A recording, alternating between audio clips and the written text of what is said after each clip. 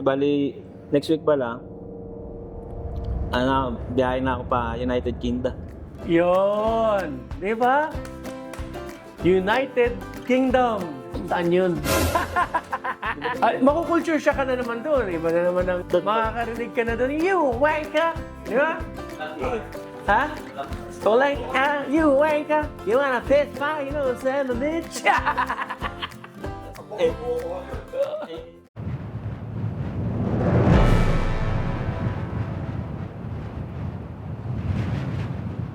Good day mga paps! Tawag dito, mga sir, mga ma'am, nandito na naman po ulit tayo sa isang MGQC podcast. 'Di ba? Kung makita niyo previously, meron tayong nag-sit down tayo together with Chief Mechanic, Noel. Pero ngayon sa segment na to, itong guest natin na to, maganda ang magiging storya na ito lalo na dito sa MGQC. Magbibigay ko lang ako ng konting background, no? Nag-start siya 2021. Tapos eventually nagkaroon ng pagkakataon pumunta ng ibang bansa sa Japan lalo na ng 2023. Pero siguro na isang pamilya bumalik ng 2024. And ngayon may magandang balita na naman ibibigay sa atin. Mapupunta na naman siya ulit sa ibang bansa. Pero mas maganda to kung ikikwento mismo ng ating senior mechanic po natin, Sir Melvin Badilla. Okay, Sir Melvin, yun. Siguro pinamaganda dyan, Sir Melvin, magbanggit ka kung saan ka nanggaling, saan ang province mo. Siguro, a little background sa family mo, tapos hanggang sa dumating ka dito sa Master Garage. Ako pala si Melvin. Yeah. Taga Antipolo ako ngayon. Una, nagtrabaho sa ibang shop, sa ibang company. Nung nalipat ako ng franchise, naging kasi ako yung opening team ng opening franchise. team. Kaso, nung time na yun, sabi ko, syempre, sa ibang company kasi, pagka-opening ka, hindi ko naman nilalahat ng company, lahat ng automotive shop. Pero kasi, yung time na yun, wala kang customer. Syempre, as an auto mechanic, syempre, araw-araw learnings Oo. Doon, sabi ko, paano ako matututo doon? Wala kang ginagawa. Wala akong ginagawa. Natutulog lang ako, kaya lumobo ako lalo. Ngayon, nakita ko yung post nung isa kong classmate. Ayun yung naging chip dito sa Quezon City, si Chip Carlo. Carlo. Sabi ko, classmate ko to Tapos ngayon, chinat ko siya. Sabi ko, pre, saan ka nagtatrabaho ngayon? Kasi ang daming unit. Ngayon nalaman ko, sa Cavite, Master Garage Cavite.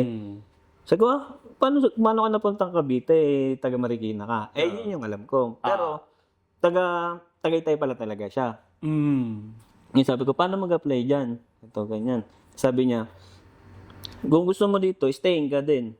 Kaya nga sabi ko, kaya nga ako alis ng Cavite, kasi layo, taga Antipolo, Oo, tama. Cavite. Oo. Stay na naman. Sabi ko, ayoko, sabi ko, sige, lilipat na lang ako ng malapit. Ngayon, yung isang friend namin na, mekaniko rin doon sa Cavite, siya nagsabi sa akin na mag-opening yung Quezon City na Master Garage. Tapos si Carlo yung magiging chief. Ngayon, hindi ko inano si Chief Carlo na, Chief, pasok mo naman ako dyan nung una. Ngayon, nung nag-resign na kasi ako, dinabakante na ako ng kaligitnaan ng April. Chinat ko siya, sabi ko, Chief, baka pwedeng pasok mo ako dyan. Ngayon sabi niya, pwede, pero mag-training ka pa rin sa Cavite ng 1 week. Sabi ko, ayoko na kasi Cavite, mag-stay na naman ako. Layo na naman. Tapos, lumipas na may ilang araw, kanya, pre, gusto mo apply ka dito. Quezon City na Quezon City. Lakad na kita sa kila Sir BJ, kila Sir Romeo. Direct ka na dito. Tama. Pagpunta ko dito, yun, pagpasok ko first day ko, ibang-iba. Ang daming unit. Ang daming unit. Tapos walang lifter Siyempre, sanay ka sa lifter tama. Siyempre, sabi ko, ito pala yung realidad sa likod ng pagiging gusto mo maging mekaniko. Ang maganda naman kasi marami kang natututunan Yung mga nagawa mong unit sa iba, hindi mo naman nagagawa, ay yung nagagawa mo dito, hindi mo nagagawa sa ibang shop na pinasukan mo. Sabi ko, ito, marami kang matututunan dito. Tapos, mga mekaniko pa dito, hindi naman sila madadamot sa kaalaman eh. Pag di mo alam, pwede ka magtanong. Tama. Ayun, ay hindi naman naging culture ng master garage eh. Tulungan, tapos pagka may di ka alam, pwede ka magtanong. Hindi naman sila maramot dito sa kaalaman. Ayun, ay, tapos isa pa yung vibes ba dito, masaya yung vibes. Totoong matindi. Makukulit. Mga bata kasi. Ulit ko, mga bata kasi, ha? Yung QC, sinusuka na talaga eh. Ewan ko hanggang ngayon, parang ganun pa din. Makukulit kasi tayo. Yung QC yun. Makakal sila, makukulit yung QC. Mga bata kasi, ngayon, hindi ko alam kung nag-mature. Kaya sinusuka pa din eh. Hindi pa rin. Talaga makukulit talaga tayo. Bata o tanda, makukulit talaga ang QC. Ito, sago, yung vibes na ganito, di na bago sa akin kasi yung ganong vibes, naging vibes ko rin naman sa ibang shop eh. Sabi ko, kumbaga, welcome na welcome din ako. Kung kumpara sa iba na pagkabago ka, ang layo ng ano, ang layo mo sa mga katrabaho mo. Dito, pag bago ka, nagiinom ka, pwede, pasok ka na dito. Pag di ka nagiinom, bawal ka dito. Yung by the way, pag interview namin sa mga bagong ano, yun ang unang tanong eh. Dati yun. Ngayon, syempre kasi may ano na eh. May sistema na. Syempre. Dadanan sa proseso. Ayun nga, nabanggit kanina ni Sir Ruba, umalis ako ng 2023 para mag-Japan. Ngayon, nung bumalik ako, ayun, dumaan ako sa proper hiring. Kumbaga, pinausap na ako ng HR. Inanuhan na ako ng mga rules and regulation ng Master Garage. Ayun, maninibago ka kasi di naman ganun yung kinagisnan mo eh. Pero dahil may sistema na silang sinusundan, kailangan mo kailangan mo mag-adjust. Pero parang binago, ganun pa rin, makukulit pa rin naman talaga. Karoon lang ng rules and regulation. Siyempre, pag gumagawa naman talaga tayo ng system eh, no? Bago pala kasing sistemang to, paulit-ulit natin ginagawa. Talagang iba na pag may sistema. Nagkaganda nun eh. Palagay ko naman, yung mga pupunta mo sa Japan, yung papunta mo, may sistema ka susundan. And syempre, yung ikikwento mo pa ngayon. Yun. Kagaya nun, yung galing ako sa Japan, syempre, na-culture shock ako kasi... iba yun. Culture shock eh. Kumbaga, bukod sa panahon doon, iba rin yung trabaho doon, galawan doon. Kasi kumbaga dito, pwede kang palakaw-lakaw, palakad-lakad.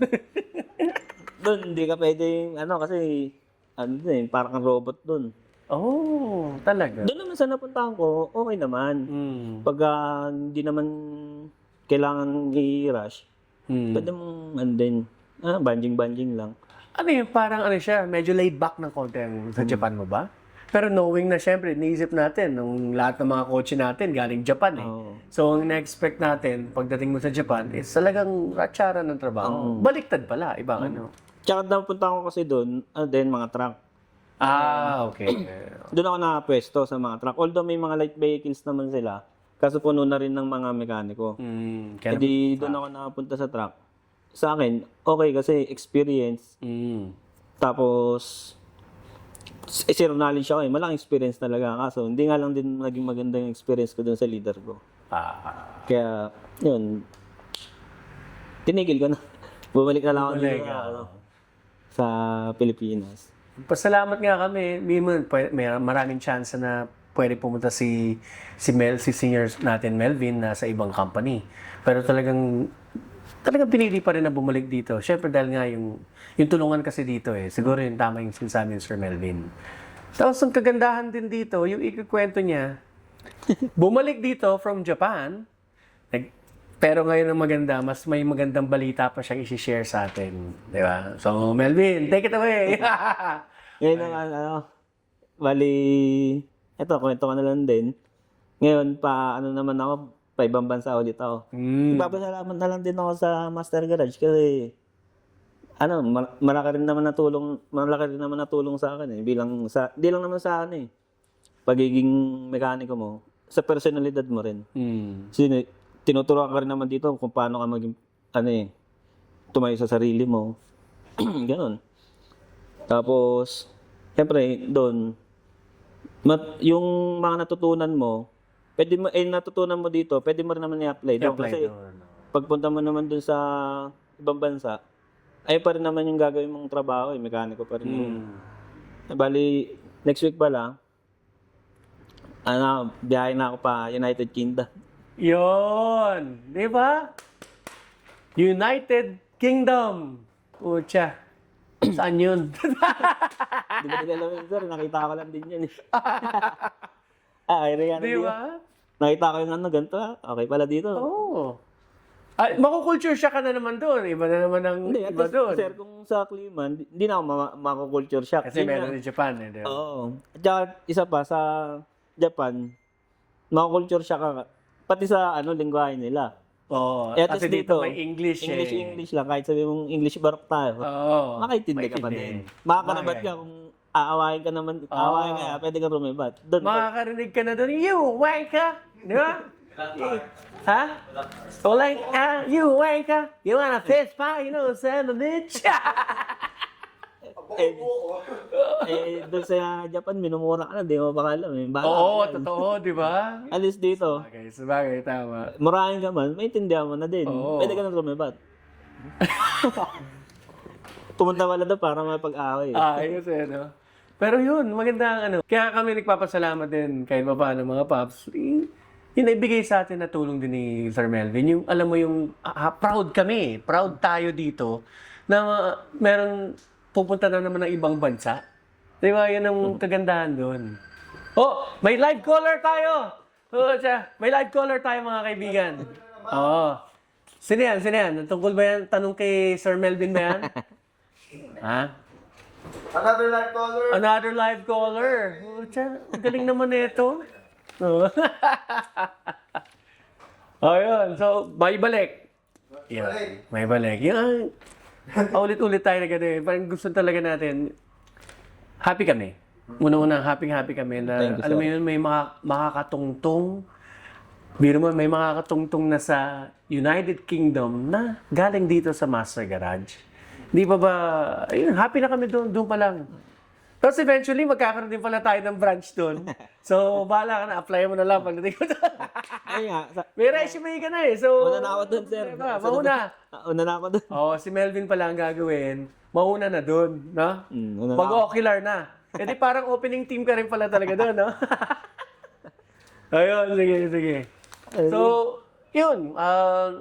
Taga-Antipolo, baka pwede kang bumati rin. Mamaya, bumati ka sa mga kaibigan, sa parents mo, di ba? Sa family mo, sa mga anak mo. Sama mo ba sila?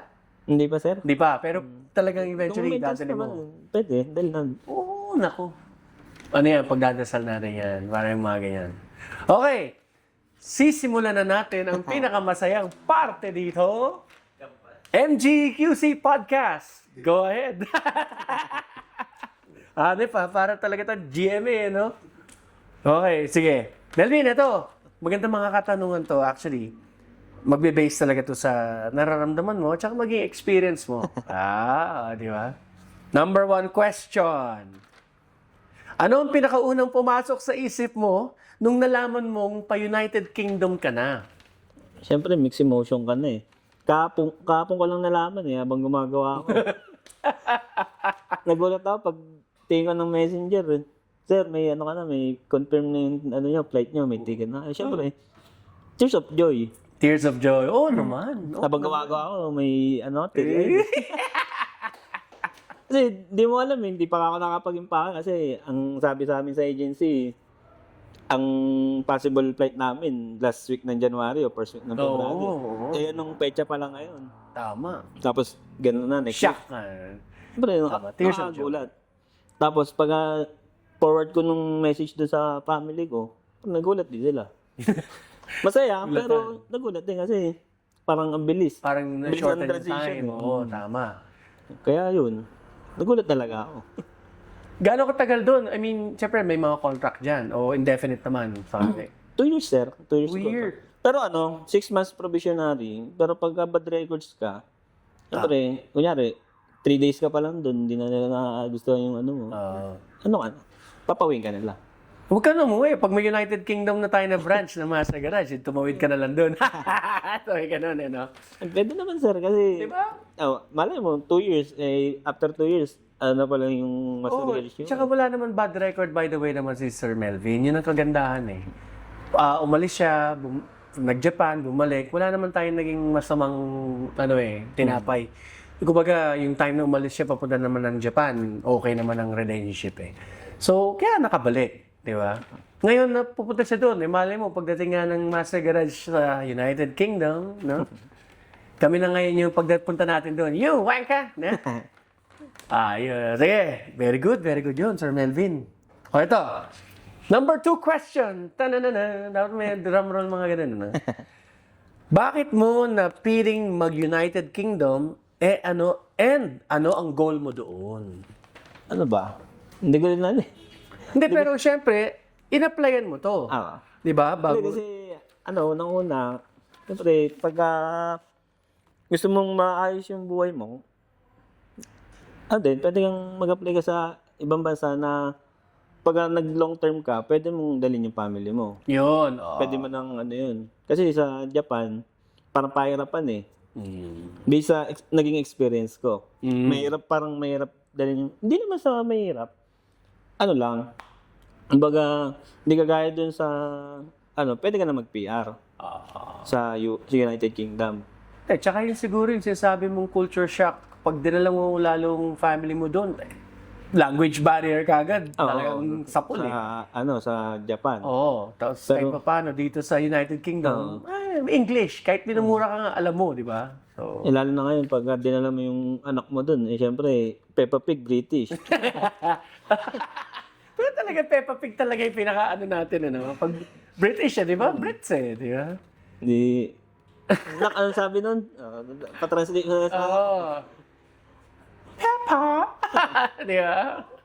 Siyempre, ang goal naman, yung sinabi naman ni Melvin. Siyempre, naman, kaya tayo alis ng bansa para makaipon, tapos, magtayo ng business dito sa sa Pilipinas, tapos makatulong dito sa family. Yun naman lagi goal ng mga lumalabas ng bansa. Tama. Ano pa? Overseas Filipino worker, no? Pero to overseas UK worker, no?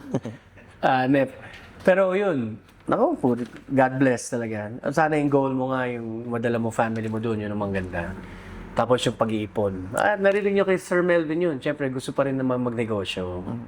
Diba? Yan naman pag tumanda tayo, hindi pa naman ako matanda, pero gusto ko mag-ana. Langiya. Sige, okay. Number ano na tayo? Number 3. Sino ang pinakamahirap iwanan dito sa Pilipinas? I guess siguro given na yan. Given. Yung family, siyempre. Family.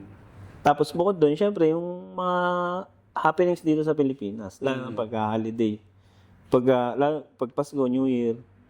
Pero doon, may din naman, Pasko. Oo, may Pasko. New Year. Pero iba pa rin talaga pagka dito, sa Pilipinas. Doon, makakaranas ka ng snow.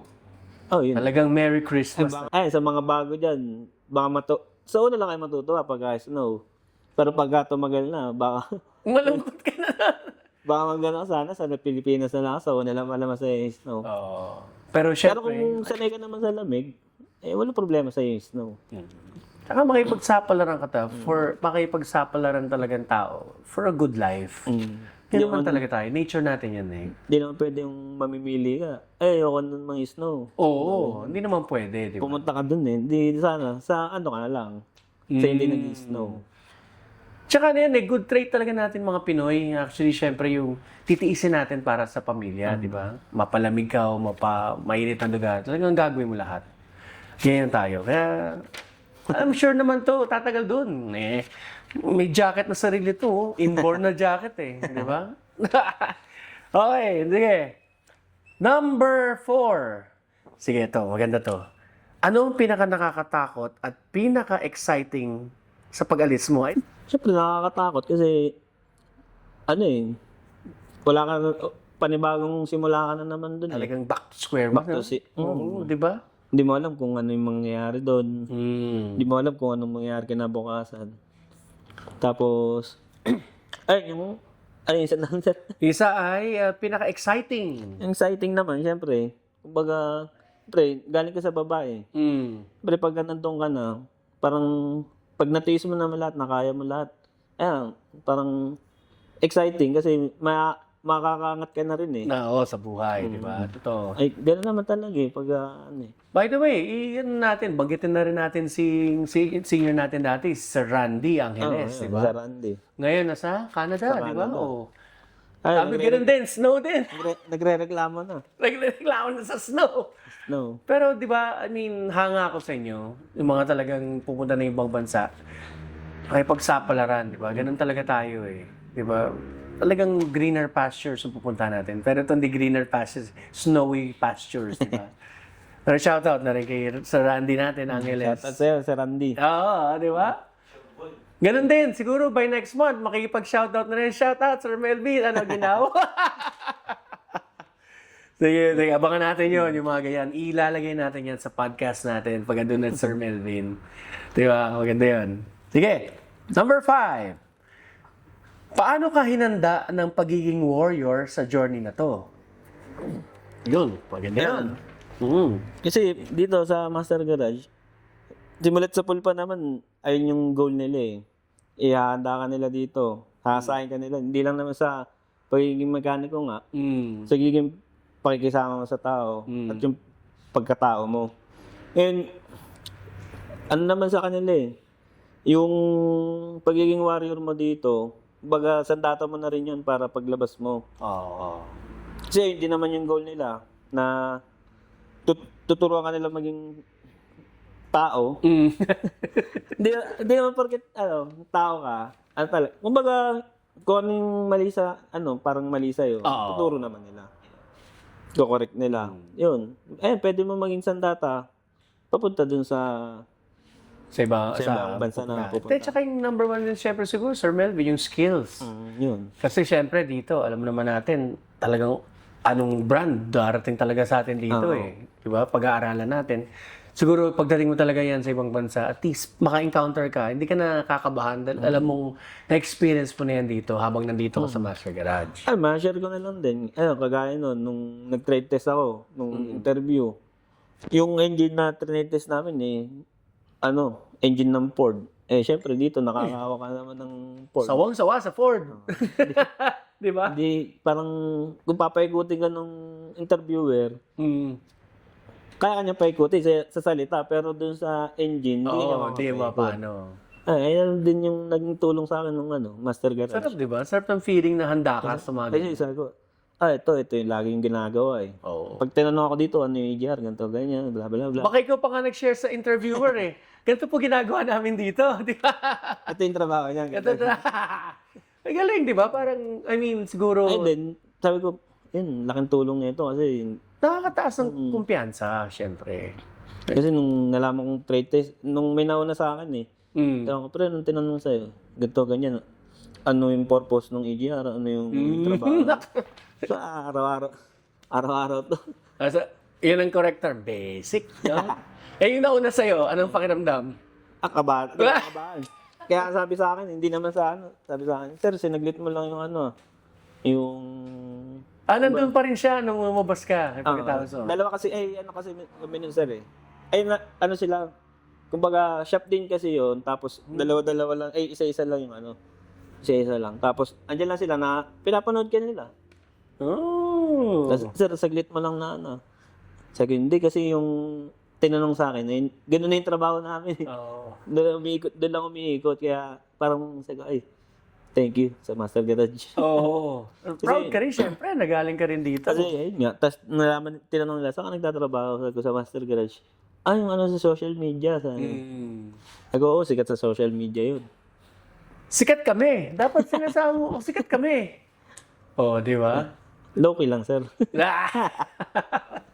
Hindi, tama yun. Very humble naman kasi ito si Sir Melvin natin eh. Nakakatuwa, no? Yung feeling na gano'n yung handa ka, mga ganong questions pagdating sa pagmemekaniko, parang alam mong ready ka kung ano itatanong sa'yo. Ayun. Ay, nice yan ha. Nice ha. Sarap ng feeling ng gano'n pag sa mga interview proper. Okay. Yung numero 6. Talaga may salamin ha. Okay ba tayo with glasses? No? Labo eh. Okay.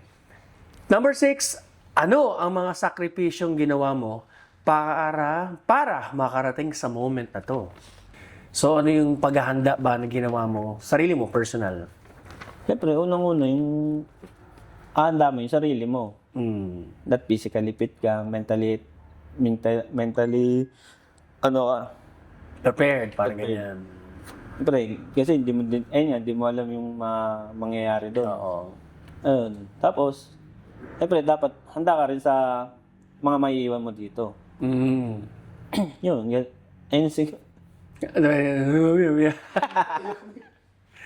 Pero sa totoo lang, mahirap naman talaga. I mean, mahirap din talaga ma-experience yung tatagal ka doon ng 2 taon, mahigit siya. Iwan mo family mo dito. Siyempre, yun naman ang kadalasan dilemma talaga ng OFW, di ba? Mga kababayan natin. Pero sabi nga para naman sa kanila to yung ginagawa natin.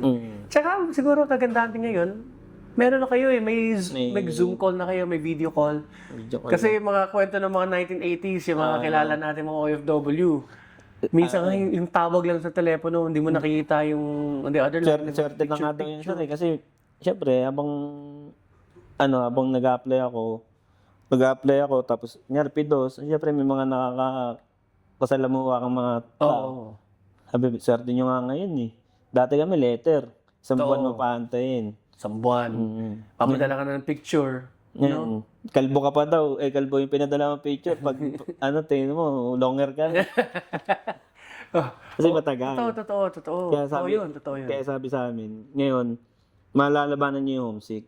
Oo. Kasi dati, nasa sa inyo, patatagan talaga dati. May konting discrepancy lang pagdating sa oras kasi paggabi dito, Minsan parang madaling araw yata doon, parang ganun So, matindi rin ang time difference. Hindi kagaya pag sa Asia ka lang din, na hindi kagaya nung, kunyari, Japan o kaya Taiwan. Sa Japan, 1 hour ahead lang naman sila. Ahead, tama. Na-experience ko rin yan. Pumunta kami Tokyo. So, at least, diba, siguro, naging blessing na rin kahit paano na yung technology na binigay sa atin ngayon. Yeah. Ay, nako. Blessing yun, blessing. So, kahit pa paano makapag-cope up Sir Melvin. Nakakagulat kaya ng iba yung pag-uwi. Sino ka? Yung anak niya. Sino ka? Ang laki na di ba? Iniwan mo isa yung anak mo, pag-uwi mo, 3 na. Ayun ang malupit. Yun ang malupit. Hindi naman ganyan si Sir Melvin Ayun. Galing Ang galing nun Nice Okay. Number 7. Maganda rin to. Anong pangako mo sa sarili mo pagdating mo sa United Kingdom? Siyempre, pangako ko sa sarili ko, lalampasan ko na yung dating ako. Yung experience ko sa Japan. Siyempre, kumbaga, ang mindset ko ngayon, pinatatag ako ng Japan Kumbaga, parang sa akin, nahihirapan ako doon sa Japan. Dito siguro, hindi na. Kasi sa isip ko, hindi naman ako dadanas ng sarap kung hindi mo na ako dadanas sa hirap. Tama.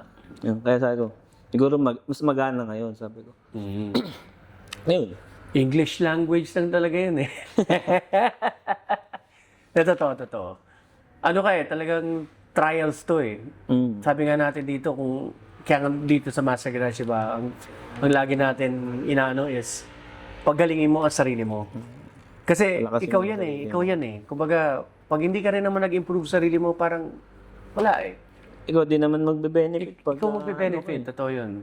Kaya diba lagi, pag nagto-toolbox meeting din naman tayo, ina-encourage ko talaga kayo na galingan nyo. Yung araw-araw na ginagawa ninyo, pag-usayan ninyo, you learn.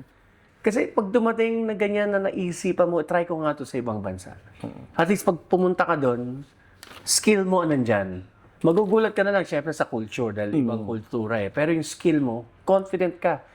Di naman sa pag-ano, baka mas medyo maganda pa yung nyo. Mas maganda pa yung experience mo. Kasi tayo dito, di ba? Malaman mo sa ibang bansa, palit na kagad ang isang pyesa Pag nasira, palit na. Kaya nila gawin yon. Dito tayo sa Pilipinas, ang mentality ng Pilipino, di ba? Baka pwede pa yan. Pwede pa yan. Baka pwedeng gawin muna ng paraan, di ba? Sa Japan, pag binasa na sa scanner, hindi ko naman nilalahat. Oo. Pero doon sa naging experience, pag binasa na, palit na. Lang yan, andun yung motherland Di ba? Ay, ando doon yung pag Japan parts, ando doon natin, di ba? Dito siguro ang challenge niyan, syempre, yan, yung mga kotse ngayon doon, yung mga British cars natin, di ba? Mga Aston Martin, yung mga ganyan. Yun ang siguro yung challenge, pero sabi nga kung naiintindihan mo talaga yung concept ng makina, hindi ka na mawawala. Hindi ka maliligaw. Hindi ka na maliligaw. Kahit iba-ibahin na lang yung pwesto ng mga parts natin, di ba? Pag alam mo yung concept ng makina, which is yun ang number one kasi natin pinag-aaralan dito with the use of scanner, alam natin kung paano natin i-prepare sarili natin for it. Kaya yun, siguro yung mga ganda ng mga question na to Salamat nga pala sa inyo yung mga nagbigay ng mga tanong dito. Okay, pahirap na pahirap Parang from scale to 1 to 10 na question, mas mahirap. Para 1 to 10 din. Oo, 1 to 10 din, in difficulty. Okay, ito, syempre. Number 8, anong pinaka mamimiss mo dito sa Pilipinas? Siyempre, yung mga banding dito sa Pilipinas. Unang-una, sabi nga siyempre, kumbaga yung mga kapitbahay natin dyan, dito sa shop, ano ka na naman, papayat ka na pagbalik mo. Siyempre, mismo yung mga pagkain Pagkain. Sabi ko nga sa kanila, siyempre, tataba ka dito kasi kada kanto kasi dito may fishbowl Oo. Doon, pag pumunta ka sa ibang bansa, nagtrabaho ka na, pag uwi mo, ikaw pa magluluto. Ay, oo, totoo. Hindi ka gaya dito, pag uwi mo, kakain ka na lang. Doon, pag uwi mo, maglalaba ka pa, magluluto ka pa. Prepare ka pa the following day. Sabi nga ni Sir Randy, ang hirap pala maging single. Ano siya Oo. Siya lahat Di ba? Meron siya yung dumudungaw pa siya sa labas ng nila ng parang dorm ba sila? Sabi ko sa kanya, naranasan mo na yung naranasan ko. Naranasan ko ulit. Di mo naman sinabi, bleh. Pero darating ka rin dyan, okay, ganun. Pero tama yun. Siyempre, dito kasi sa Pilipinas, sabi nga, dito pwede ka maka-afford kasambahay. For example, may iba. Doon hindi talaga, ikaw mag-isa. Tsaka yung pagkain, sabi mo nga, tama nga, may darating pa sa harapan mo. Fishball, taho, no? Siomay, di ba? Wala, ikaw gagawa lahat. Totoo. Hirap din, Uwi ka na lang, ikaw pa gagawa ng lahat. Doon nga lang, siguro, wala, talagang 7-Eleven ng friend mo doon, yung mga ganyan, no? Mga convenience store. Convenience store. Pero sabi nga, marunong tayo mag-adjust. Yan ang Pilipino, yan ang trait ng Pilipino. Kagandaan sa mga Pinoy. Oo. Ano tayo yung, ano bang magandang term? Resurgent ba? Resilient. Siguro right term. Kain-kain ni Badian. Di ba? Pero mamimiss mo talaga yung mga ganun. Pero nag-adjust ang tao. Yun. Itong number 9, mga kaibigan. Mga paps. Okay, number 9. Sino ang mga gusto mong pasalamatan bago ka umalis? Siyempre, dito sa company, papasalamat ako sa buong Master Garage team. Una-una sa mga founder ng Master Garage. Kay Sir BJ, kay Sir Romeo Regaril sa Pascual Junior! Kay Master, siyempre. Sa jowa din, kay Sir Joel, tsaka kay Sir Warren. Pero sila din naman yung tumulong sa akin na napalakasin yung sarili ko Yun, tapos, syempre, panapasalamatan ko din yung mga pamilya ko. Yung mag-ina ko, na nasa likod lagi, na pagkakailangan kong, kailangan ko ng ganito, ng ganyan. Mga kapatid ko, yun. Syempre, family talaga. Sa mga kaibigan ko na, andyan din, na sa likod ko, pagka kailangan ko sila, andyan din. Yan, salamat sa inyo. Oo naman, syempre, papasalamatan mo talaga yung pamilya mo. Both family mo and syempre MG family. Thank you din, di ba? Parang naging part ka rin ng buhay namin. Yun ang masaya dun Tawag ba nga ni Sir Romeo Regalida Pascual Jr. ay si Boy Hamog. Kung maalala niyo yung una niyang dating talaga dito. Dun sabi ko, sino Boy Hamog? Sabi ko ganun. Ayun, sige. Eto na. Last but not the least. Mahirap to. Kaya ko ba itanong to? Ganun Sige, Mel, ito. Anong message ang gusto mong iwan para sa mga kapwa mo warriors na nangangarap din? Huwag kayong magsawang mangarap, mga sir. Kasi, hindi lang naman para sa inyo yan para sa future nyo din yan. Yan, kung ano man natutunan nyo dito sa Master Garage, yun na yun. Sabi nga nila, pagka nakakatulong, itabi mo. Pagka hindi nakakatulong, tapon mo. Kasi ikaw lang din mahirapan eh. Ngayon, sa mga kapwa ko mekaniko na nangangarap, kung gusto nyo mag-apply, applyan nyo. Kasi yung mga galaw nyo, hindi lang naman isang araw yan eh. Magdasal ka, hindi lang isang araw yun. Hindi lang, nagdasal ka ngayon, bukas nandiyan na yun. Hindi yung ganun. Pero nagdasal ka, kilusan mo. Action, di ba? Gawin mo.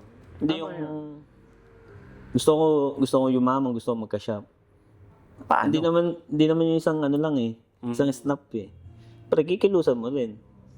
Kung di mo sisimulan sa sarili mo, wala. May proseso talagang lahat eh, di ba? Ganun naman talaga tayo.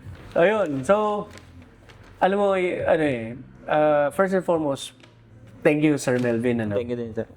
Parang, ang laking part mo rin kasi dito, kasi bilang sa mga sa mga seniors natin na mechanic, mga senior mechanic natin dito. Parang nakakatuwa yung roller coaster ride natin dito di ba? Talagang, alam mo naman, pagbata, ang kukulit, may ups and downs talaga lahat, di ba? Pero, si Sir Melvin pala, by the way, steady lang kasi itong taong to. Ang tawag ko dyan yung parang even kill na tao. Yung talagang nasa gitna lang. Hindi masyadong, up, hindi masyadong down. Andiyan lang siya sa gitna. Steady force ng taong natin dito Magaling pa rin mag-basketball to.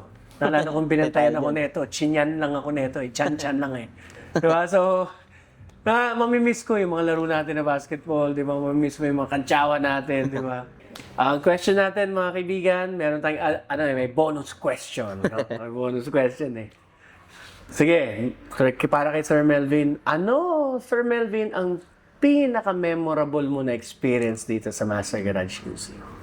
Siyempre, dito, ang pinaka-masayang memorable ko dito sa Quezon City, or sa Master Garage, siyempre pagka nagsasama-sama, yung buong team. Pero bukod sa magugulo. Andun yung session Parang Christmas party lang yun Pag nandito lahat, dito yung mga boss. Tapos, siyempre, session yun. Araw-araw party yun. Ayun yung isang hindi ko makakalimutan dito sa Master Garage. Pero pag sinabi mong Master Garage, pag gabi niyan, matik yan. Inuman yan. Oo nga. Inuman session yan. Tapos syempre, yung mga banding na pagka summer. Oo, yung mga natin, Yung mga swimming, sa Christmas party, yun. Syempre, yung mga matatagal, nabutan na yung mga long party, mga 3 days, 2 nights. Syempre ngayon, masaya pa rin kasi malaki na yung family. Di na kaya di naman sa hindi kaya na matagal. Pero syempre, iniisip pa rin naman ng company na yung family niya na lang isama niya sa kumbaga mahabang vacation. Yeah. Yun. So, thank you very much. Nakakatuwa marami pa tayong pwedeng tanong. Pero, sabi ko nga, ang sa akin siguro, hindi naman payo. Ayoko magpayo. Parang, syempre sila yan sa mga gagawa niyan. Siguro, nagpapasalamat ako. Yun ang pinaka-number 1. Na nagkaroon tayo ng pagkakataon magsama kahit paano dito sa MGQC, sa branch na magugulo, no? Mga bata pa nga kasi. Inuulit ko, mga bata kami, So, yung bonding talaga, yung talagang ups and downs. Inuulit ko, yung saya ng nagkasama tayo. Ito yung parang, kumbaga, yun nga, tama yung sinabi ko, nasa gitna niya to Gitna to, may sobrang kukulit, may mga wala naman, di ba? Nandito lang. So, sa gitna to, even na even, normal na normal. So, yun. Thank you very much, Sir Melvin. Laking to. Sana magkita tayo muli. Yun lang. Sir. Pag nagkataon, kaya nakauwi ka dito, or vice versa, pag nating natin doon, magkaroon ng United Kingdom na branch ang Master Garage. Kita tayo doon, di ba? Sir. Iba ka na siguro magsalta ng, sure, you wanker? Yeah, fuck off, you bitches. No, mga ganun, di ba? No. Yun, so ganun din. Pag siguro bigyan mo kami ng bisita pag andito ka. Kasi alam ko, marami ka rin naman mga naging kaibigan dito eh. So Yun yun lang, lang. makakalimutan yun, Oo, totoo. So yun lang. Salamat, Sir Melvin. Thank you din, sir. And good luck sa endeavor mo, sa family mo lalo, para naman sa pamilya mo itong ginagawa mo eh. So, naku, sarap nun. United Kingdom. Pounds, baby. Yung mga London, baby, no? Galing. Salamat. MGQC Podcast. Go ahead! Oh, di ba? Panep.